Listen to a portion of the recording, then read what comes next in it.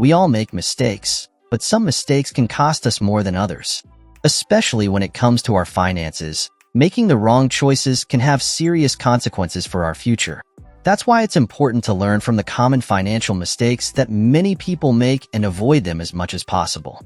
In this video, I'll share with you some of the most common financial mistakes that can hurt your financial health and well-being, and how you can prevent them or fix them if you've already made them. Let's get started. Mistake number 1. Counting pennies to make a million. There's so much bad financial advice online. I know how you feel. You don't know who you should listen to anymore. There are people that say you should spend money carelessly and focus on increasing your income so that you can actually spend more. On the other hand, there are people that say that you should save as much as physically possible. According to common wisdom, you should count every penny that you spend. Even that nice warm coffee you have in the morning, they would cut it out to save a few dollars here and there. This won't help you grow. Money has many purposes, and one of them is pleasure and freedom. By saving a couple of dollars, you aren't getting closer to your goals. You should find a middle ground between free spending and extreme saving. Just eliminate all bad spending, such as subscriptions that you don't need, entertainment that wastes too much of your time, and related. Mistake number 2. No financial plan. If you don't have a financial plan, you have no roadmap for your cash. Imagine walking. Yeah, walking. No goal, no purpose, you're just walking. Guess what? After a while, you'll be tired of walking, and you'll have nothing accomplished. What's the solution? Take out a map and start looking for a destination. It's the same with your money. You can't just make and spend money. If you have no plan, trust me, you're not going to save or control your spending. We live in a fast-paced world, and be honest here, you love spending money. I do too. I love cool stuff, but there's a limit to what you can and what you can't afford. If you make a plan, you'll be able to tell what you're doing right and what you're doing wrong. Don't wing your finances. You won't grow. You'll stay where you are forever. Remove that paycheck-to-paycheck mentality right now. Mistake number 3. Not having money goals. This is related to your financial plan. Your financial plan also needs goals. There are 3 requirements for goals. It should be described in detail. It should have a number attached. It needs a deadline. First, you need to describe your financial goal in as much detail as possible. This means how you're going to achieve what you want to achieve, possible challenges that you might encounter along the way, and so on. Then, you need a number attached to it. This is not just for money, which is obviously what we're talking about, but also any other goal that you set.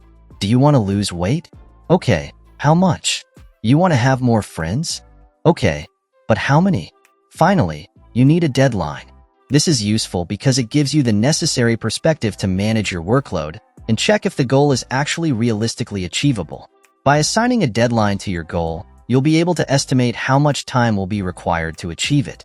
For example, in order to make $100,000 this year, I would need to make about $8,300 monthly. That means $2,083 a week. Can you do that? If not, reevaluate your goal. See how this makes sense? The takeaway here is to stop setting random goals with no merit and strategy. Won't achieve them. Instead, use this system. You won't be sorry. Mistake number 4. Not watching your credit score. Especially when you're young, you tend to lose focus on the long-term consequences of what you do. Always pay your credit card bills on time. This is very important for your credit score, which you should work on as much as possible. Your credit score is basically your credibility when you might one day ask for a mortgage or a loan to start or require a business. Not watching your credit score is a mistake that you won't feel immediately, but when you do, it will be very, very frustrating. Mistake number 5. Not saving. You need to save that money if you want to grow. And not just that, savings will also prove useful when times eventually get tough. I mean, the coronavirus pandemic has proven one thing to everyone. Cash is king.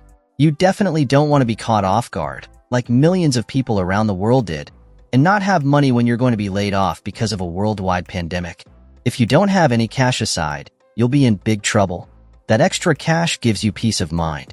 The benchmark to invest is usually $10,000. So when you have more than $10,000 saved, you should also be able to start investing. It should take you several months, maybe a couple of years depending on your income and situation to save up 10 grand. Mistake number 6. Impulse shopping. This one is a huge problem, especially if you are, for example, grocery shopping. A good idea of what you need or even a shopping list is incredibly good at keeping you disciplined. If you don't have any of these things, you'll probably end up buying a lot of things that you don't need or that will even be bad for you, like sweets and unhealthy food.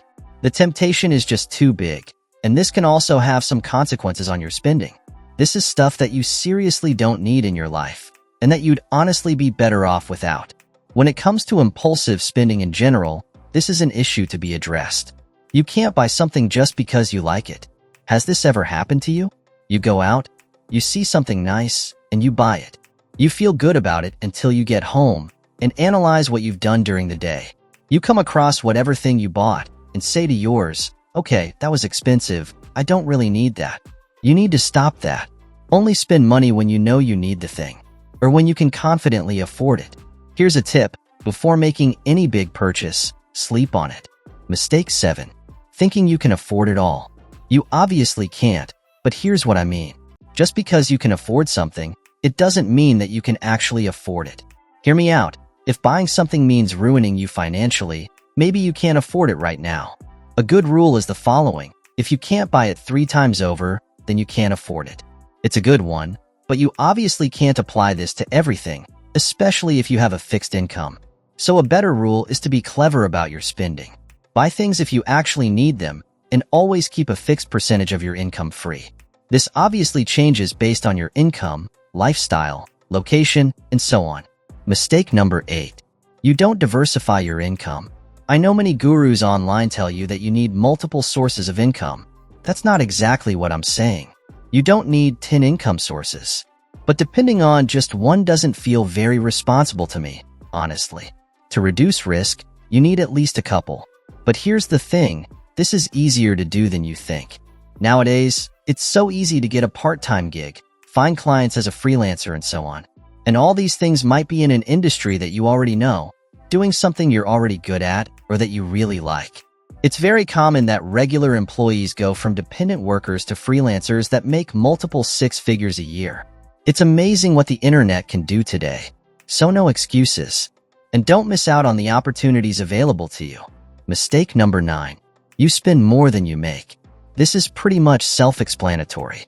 Don't pump up your credit card unless you really need it. A credit card is meant to help you during emergencies, not buy you a Louis Vuitton bag. Also, you probably could live happily and still spend less than you make, which would give you some saving space. Mistake number 10. Wasting your free time. I can already hear you asking what this has to do with anything, but the answer is everything. So many people complain that they can't take on a part-time gig, but in reality, they're just wasting their time. They could do it, they just don't, because they don't manage their time as they should. If you actually want to grow, there's some commitment and sacrifice needed. Remember, in order to grow, you need to sacrifice. It just goes to show that everything has a price. If you want to grow your income, you need to sacrifice. You might need to sacrifice a few nights out.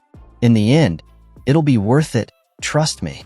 There are countless stories of people who started as part-time entrepreneurs or freelancers, and then started making serious money, quit their jobs, and became full-time entrepreneurs. So what's stopping you from being one of them? Mistake number 11. Not negotiating. Remember, if you don't ask, you won't get it. Whether it's your salary for a new job or your raise, you need to negotiate. If you don't, you'll definitely not get what you could otherwise get. Let's say your future boss wants to pay you $15 an hour. Why not ask for $25? Maybe he'll refuse the $25 and give you $20, but it's still more than what you would have got if you just complied. Try negotiating. It does wonders, especially after you practice a couple of times. Mistake number 12. Being too nice with people. I'm talking about lending money to friends and family when you can't afford it. I'm not telling you to be greedy and keep everything for yourself only, but be careful. There are so many compassionate people that always pay for others even if they can't afford it. Control yourself. You don't need to offer anyone anything. Focus on your income before you help others with theirs.